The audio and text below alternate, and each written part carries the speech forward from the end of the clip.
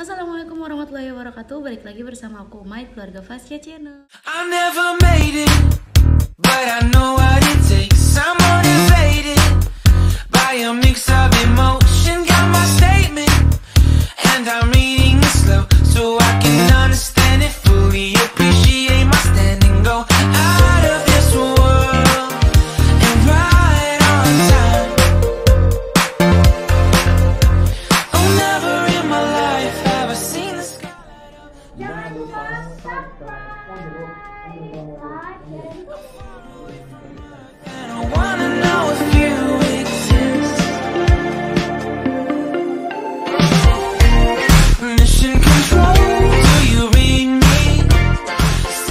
Apa kabar kalian semua? Semoga dalam keadaan sehat walafiat dan bunda-bunda yang akan menjalani persalinan dimudahkan persalinannya. Hari ini Bun, aku ingin sharing mengenai kejadian persalinan aku kemarin. Jadi kejadiannya itu di kehamilan aku umur 39 minggu. Aku tuh setiap bulan itu selalu USG, cek detak jantung, cek keadaan bayiku dan segala macam. Dan tiba-tiba pas aku ke bidan tempat aku lahiran aku yang pertama, di lahiran anakku yang bernama Akma, katanya DJJ-nya, detak jantung janinnya ini agak standar gitu, jadi nggak terlalu bagus gitu.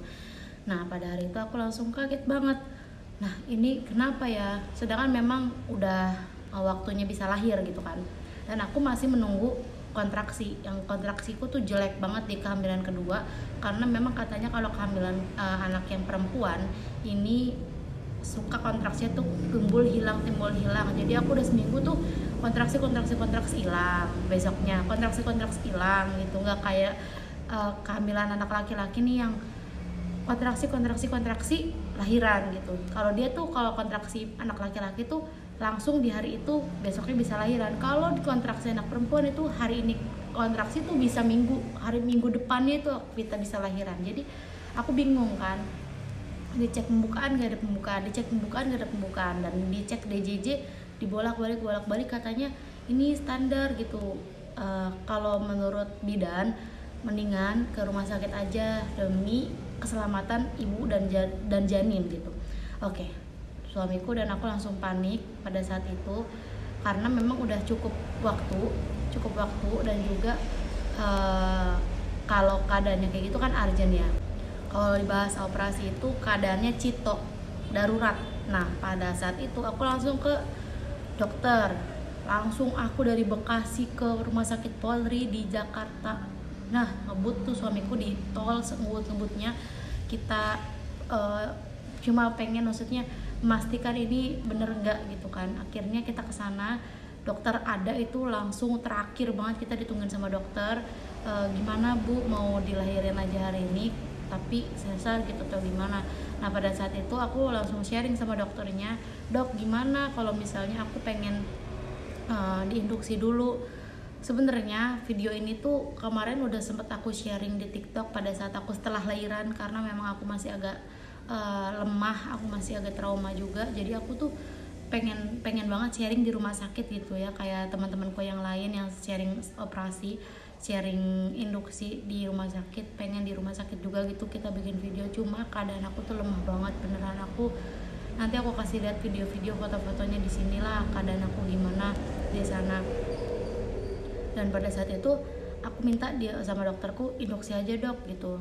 Aku pengen ikhtiar lah walaupun aku memang pembukaan dari nol. Nah ini pelajaran juga buat teman-teman, kalau misalnya pembukaan dari nol ini harus mencakupi segala ini ya, masukan-masukan, opsi-opsi dari dokter tuh kita harus denger banget. Dan keadaan tubuh kita memang harus lebih fit banget. Nah keadaan aku waktu itu sebenarnya fit, tapi waktu itu karena aku mundur kan, jadi pada hari itu dokternya bilang hari ini masuk, tapi aku nunda jadi besokannya lagi. Dan itu aku semalaman tuh kayak mikirin ya gimana ya, dan aku tuh kurang tidur pada saat aku diinduksi itu. Aku nggak nyangka kalau memang sebenarnya tubuhku ini kontraksinya itu bagus, jadi ngajakin sinyal-sinyal melahirkan normal itu bagus. Jadi langsung satu botol itu dimasukin jam 11 siang via infus kayak gini, itu tuh aku langsung kontraksinya cepet gitu. Jadi pada tengah malam itu udah pembukaan 5, pagi udah pembukaan 7, jam 9 siang itu udah pembukaan 8 ke 9. Tapi ternyata memang kan dokter udah bilang ini kondisinya badan bayinya ini agak besar Bu, 3,5 atau 4 kilo. Nah ya udah kata dokter, gimana mau lanjut induksi. Tapi kalau misalnya saya nggak bisa ngambil saya nggak bisa membiarkan ibu kalau 1 hari udah diinduksi dan tidak keluar juga janinnya, kita harus langsung segera tindakan operasi. Pada saat itu aku langsung mikir, ya udah, yang penting aku udah berusaha, yang penting aku udah mencoba dan aku pengen melakukan yang terbaik kepada tubuhku, kepada anakku, supaya karena gimana ya, aku nggak memungkiri gitu kalau persalinan normal dengan persalinan sesar ini sangat beda sekali. Jadi pemulihannya pun tuh beda banget. Kalau persalinan normal 1 bulan setelah persalinan itu udah better semua, udah bagus semua. Kalau persalinan sesar pun sampai sekarang pun aku masih ada keluhan-keluhannya di badanku dan bekas-bekasnya di badanku gitu. Jadi setelah aku langsung induksi itu dari jam 11 siang, dan itu ternyata lebih dari sehari sebenarnya ya. Jam 11 siang aku masuk induksi, jam 1 besoknya karena hari Jumat itu ya, jadi aku masuk ke ruang induksi, ruang persalinan normal itu.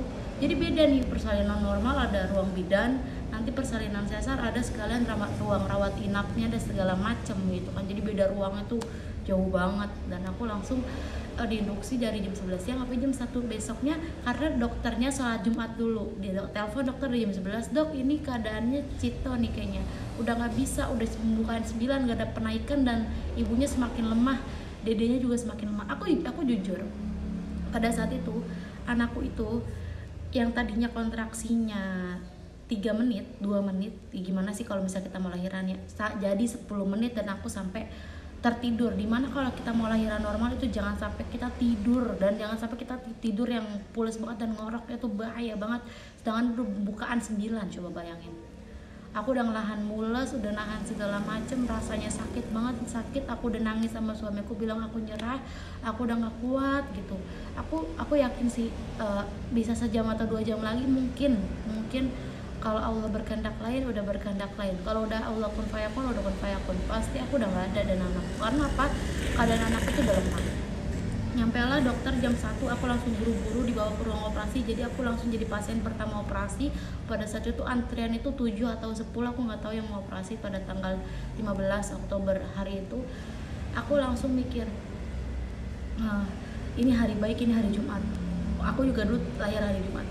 Gimana pun kejadiannya, gimana pun apapun yang nanti terjadi di badanku, persalinan ini adalah yang terbaik. Aku udah sugesti itu dari rumah. Jadi langsung dibawa ke ruang operasi, jauh banget dari ruang persalinan, naik lift, nyebrang gedung gitu ke ruang operasi. Dan langsung aku ketemu sama dokternya, dan dokter udah bilang, "Bu, jangan tidur, Bu, harus kuat, Bu, semangat," gitu. Dan aku udah mikir, "Bu, karena gimana Dok, saya udah seharian ini nahan pembukaan gitu ya, gimana sih, maksudnya aku dari pagi itu udah pembukaan 7, udah mules, ditambah dari jam 9 udah pembukaan 9, 8 ke 9 itu udah mules."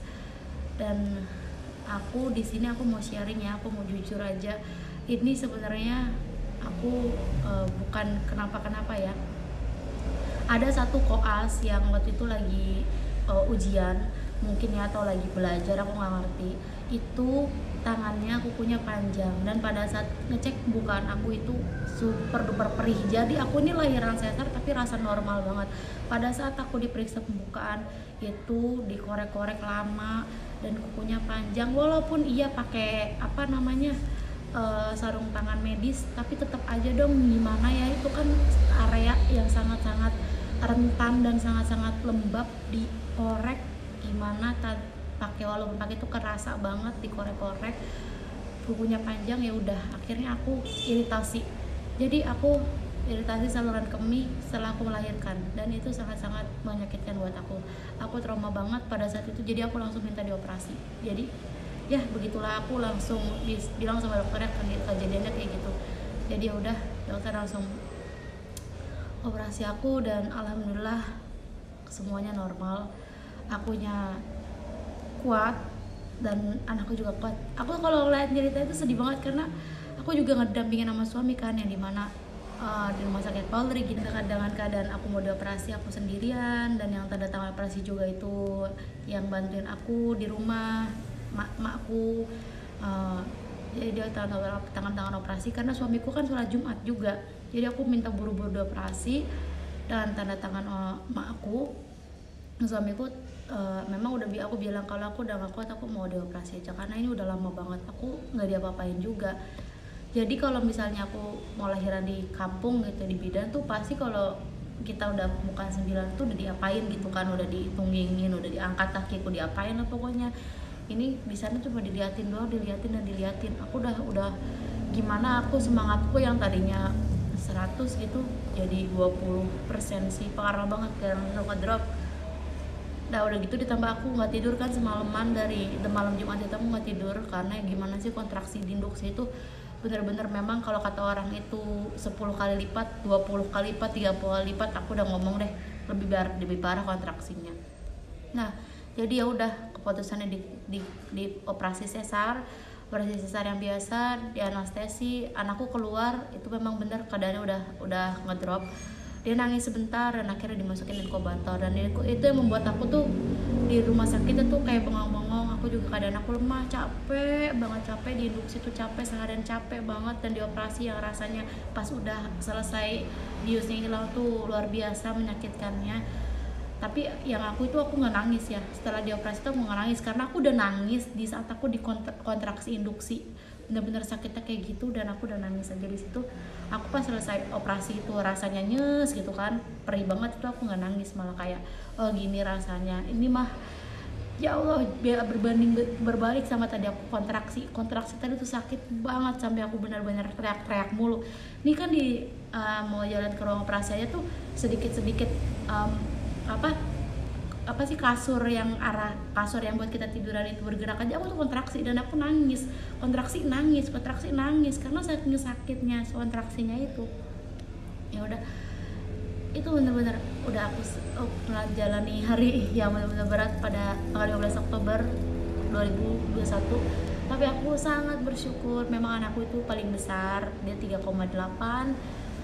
Tapi banyak juga teman-temanku yang 3,8 bisa normal, tapi memang keadaannya mungkin ya kita udah tahu di JJ anakku tuh standar, jadi dia nggak terlalu kuat buat ngelewatin jalan lahir. Dan semua yang udah aku alamin ini bisa diambil pelajarannya. Kalau misalnya bunda-bunda ini mau diinduksi, jangan lupa dengan keadaan yang fit, dan juga jangan lupa berserah. Apapun yang nanti kita lakuin, apapun yang nanti keputusan dokter itu yang terbaik. Jadi jangan ditunda, misalnya udah nggak usah normal. Kalau kita ditungguin lagi sampai nanti, kejadiannya gimana di badan kita gitu. Aku takutnya berbahaya buat ibu dan janin. Jadi kita USG, kita ketemu dokter, kita benar-benar serahin, ini gimana dok, ini gimana, yang baik kayak gimana, jalan terbaik kayak gimana. Kalau memang ada kondisi-kondisi tertentu yang memang tidak bisa menjalankan persalinan normal, jangan maksain, itu bisa bahaya gitu ya. Jadi mungkin ini perjalanan persalinan dasarku yang berawal dari induksi yang bisa aku sharing ke bunda-bunda sekalian. Induksi gagal itu tidak memungkinkan tidak terjadi, banyak yang terjadi kayak gitu. Kakak iparku itu nggak bisa, dia kontraksi udah diinduksi 3 botol nggak naik, nggak bisa kontraksi sama sekali. Dan di kejadian aku ternyata kontraksi bagus, tapi memang udah janinnya ini udah nggak kuat untuk ngelewatin jalan lahir karena memang sudah kecapean dan sudah lemah. Jadi semuanya itu perjalanan melahirkan itu banyak sekali kejadian-kejadian yang sudah banyak orang laluin, dan ini kejadian di aku induksiku bukan gagal, cuma memang tidak ada penaikan pada saat aku ingin bersalin itu. Padahal aku udah masuk ke ruang bersalin, udah disiapin baju-baju anakku, bedongan segala macam, tapi ternyata nggak keluar. Dan keluarnya di ruangan operasi sesar. Tapi aku bersyukur, aku sehat, anakku sehat, semuanya sehat, dan kita bisa kumpul lagi bersama di rumah ini. Semoga bunda-bunda yang ingin melahirkan normal, melahirkan sesar ataupun segala macam persalinan itu semoga selalu sehat walafiat dan juga bisa menjalaninya. Semoga selamat bayi dan ibunya. Ini anak aku udah nangis. Ginilah kenapa aku dari kemarin nunggu-nunggu, karena memang anakku nggak bisa ditinggal dan juga memang ya namanya masih bayi ya, dikit-dikit nempel sama aku biasa ya, nyusu gitu. Jadi nggak bisa ditinggal. Nanti kita sharing-sharing lagi mengenai tips dan bagaimana nanti setelah operasi sesar, pemulihannya. Semoga bunda-bunda di sini berkenan dengan sharing aku hari ini.